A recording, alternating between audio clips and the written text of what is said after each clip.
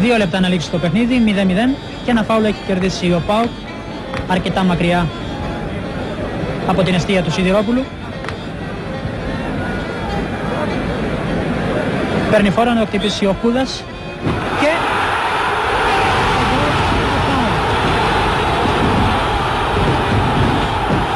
το γκολ του ΠΑΟΚ, ο Γκουερίνο από πολύ κοντά.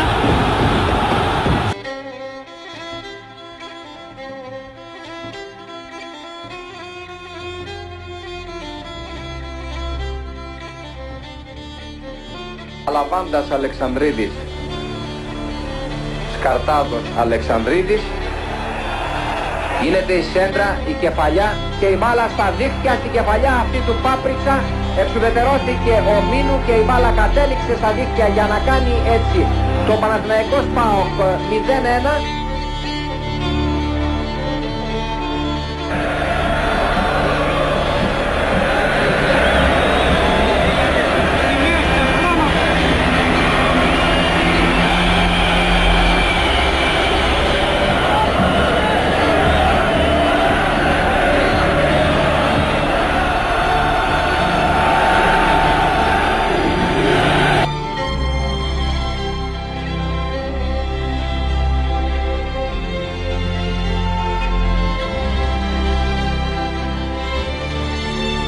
Το ένα το κόρνερ στο δεύτερο ημίχρονο υπέρ του ΠΑΟΚ.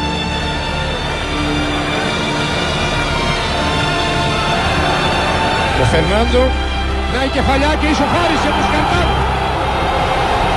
Ισοφάρισε από το Σκαρτάδο.